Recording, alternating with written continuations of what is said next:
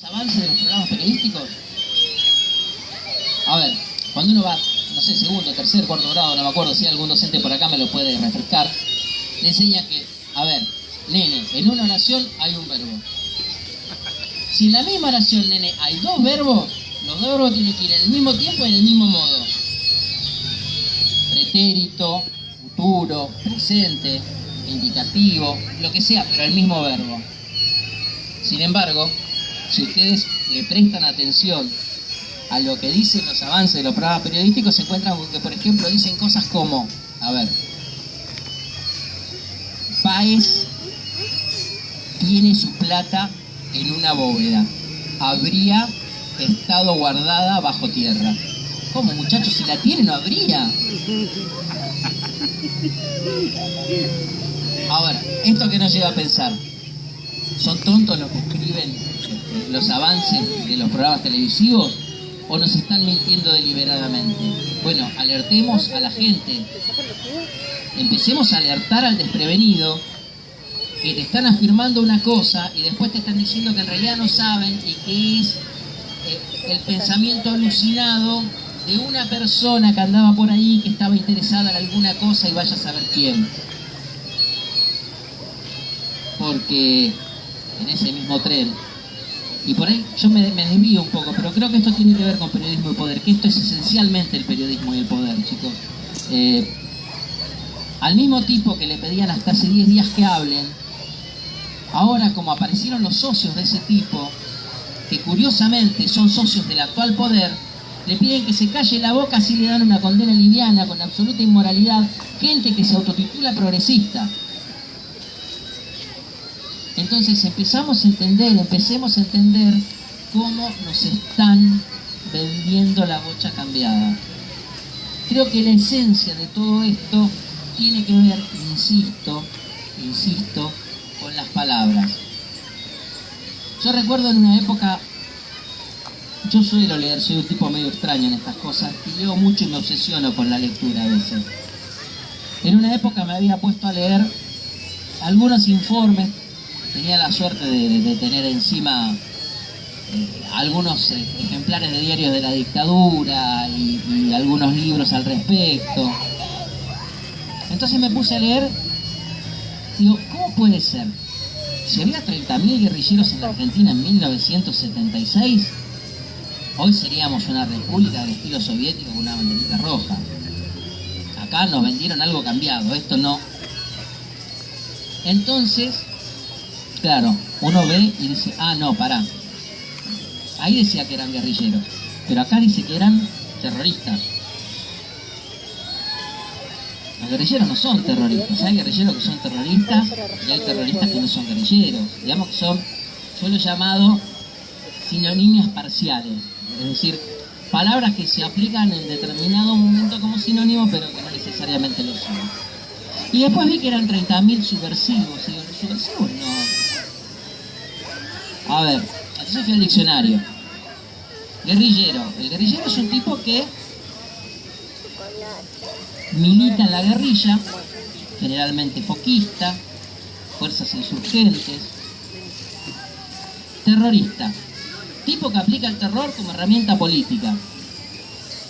Bueno, a ver, convengamos, hoy Macri sería un terrorista. Pero más allá de eso, digamos que estamos aplicándonos a aquella época. Y subversivo, ahí vino lo más jodido. Subversivo viene de subvertir. Subvertir es cambiar. ¿Esto qué quiere decir? Que un maestro que pretende que su alumno empiece a leer es un subversivo. Que una persona que va a charlar con gente que está mal para que se organice para estar un poco mejor es un subversivo. Que en definitiva cada militante social es un subversivo. Y ahí empieza a cerrar. ¿Qué es lo que hicieron? ¿Y por qué eran 30.000? Que podían haber sido unos cuantos más, por cierto. Aunque hoy está en duda todo eso, discúlpenme, a lo mejor salió el nuevo censo que eran 29.983, firmado por Don Suchi, y yo estoy confundido. Pero en definitiva, digo, ¿y quién nos vendió esos juegos de palabras? La prensa, muchachos, el periodismo.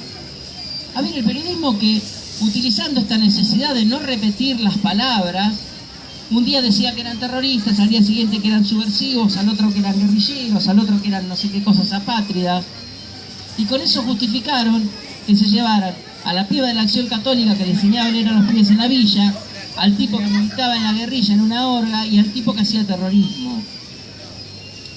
Ese mismo periodismo, jugando con palabras, hoy nos está haciendo lo mismo. No en el sentido de, bueno, quizás no en aquel sentido, pero es el mismo periodismo que nos dice que hoy nos revientan con un tarifazo porque están sincerando la economía. Es el mismo periodismo que dice que no hubo hiperdevaluación, que no hubo hiperinflación, que no hubo lo que... y que le encuentra una palabra a cada una de las acciones antipopulares de este gobierno. Yo lo que les recomiendo a todos aquellos que tengan la suerte o la desgracia o la no sé qué de tener el Clarín en sus manos, que los guarden. Yo lo suelo usar para prender el asado, el fuego del asado, pero está bueno guardarlos, porque dentro de no mucho tiempo, estos tipos que hoy están diciendo que está todo bien, que hay que darle tiempo y que las cosas están bien, van a empezar a tirarle mierda al gobierno, porque van a empezar a despegar. Porque no nos olvidemos que este gobierno, como todos los gobiernos peleles del poder económico, tiene una función y la función ya está casi cumplida. Así como tuvo una función el gobierno pelele de Videla, así como tuvo una función el gobierno pelele de Menem, el de la Rúa, después el de Duhalde, este gobierno tiene una función: destruir lo que se había alcanzado. A ver, entre los ñoquis que echó este gobierno, no nos olvidemos que echó a toda la planta de fabricaciones militares que hacía vagones de carga. Todos ñoquis. No nos olvidemos que echó a los tipos que hacían los satélites. Todos ñoquis. ¿A dónde apunto con esto?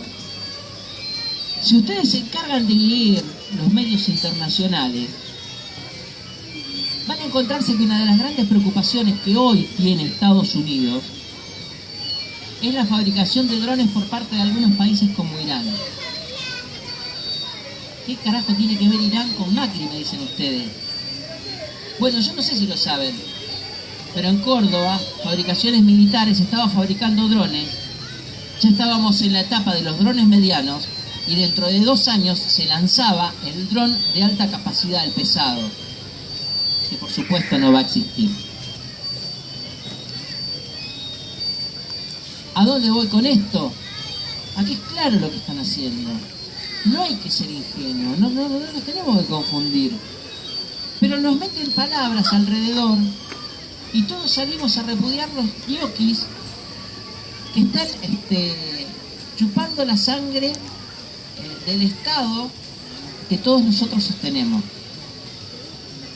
Ahora, algo funciona mal. Y yo quiero decir acá, lo quiero asentar, quiero que quede públicamente registrado esto de ser posible. Estoy dispuesto a votar a cualquier gobierno corrupto que logre sostener cientos de miles de ñoquis, que logre sostener bajos los servicios esenciales domiciliarios con subsidios y que a su vez logre sostener un nivel de desendeudamiento externo.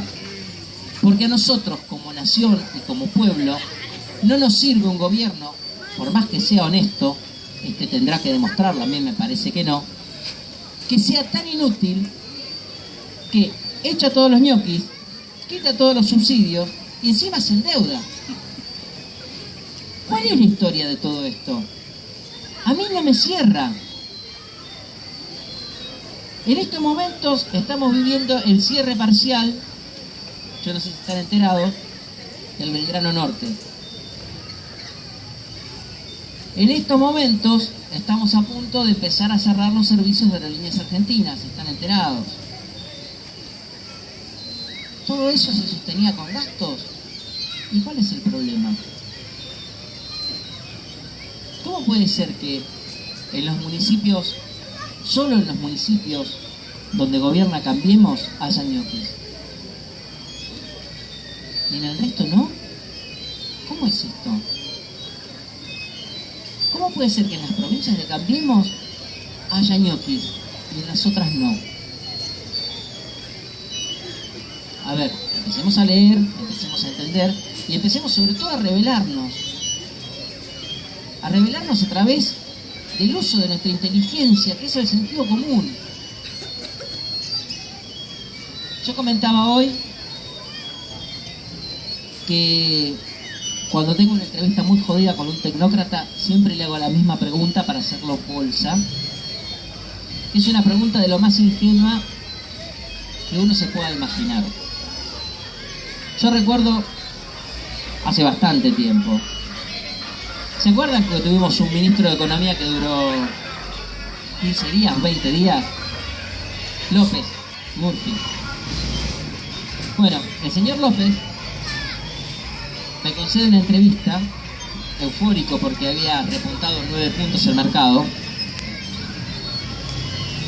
Y después de no sé cuántos minutos de hablar de lo bien que nos iba como país porque había remontado 9 puntos el mercado, yo le hice la pregunta de la kriptonita. Le dije, perfecto, ¿me puede explicar una cosa? Entre nuestros oyentes tenemos gente que trabaja de todas las cosas, de todas las profesiones. Pero vamos a contestarle a uno. Yo sé que tenemos un oyente que es albañil y vive en Bursaco. ¿En qué va a repercutir el 9% del alza de la bolsa en su vida cotidiana? A veces el sentido común, la pregunta más tonta, la más simple, la más elemental, demuele construcciones que están hechas para otra cosa. Por eso los invito esencialmente a tener algunas actitudes que son hasta revolucionarias. Primero, descreer de todo. El agnosticismo en la vida, el cuestionamiento. Alguien dijo alguna vez, todos son buenos, si los controlan son mejores.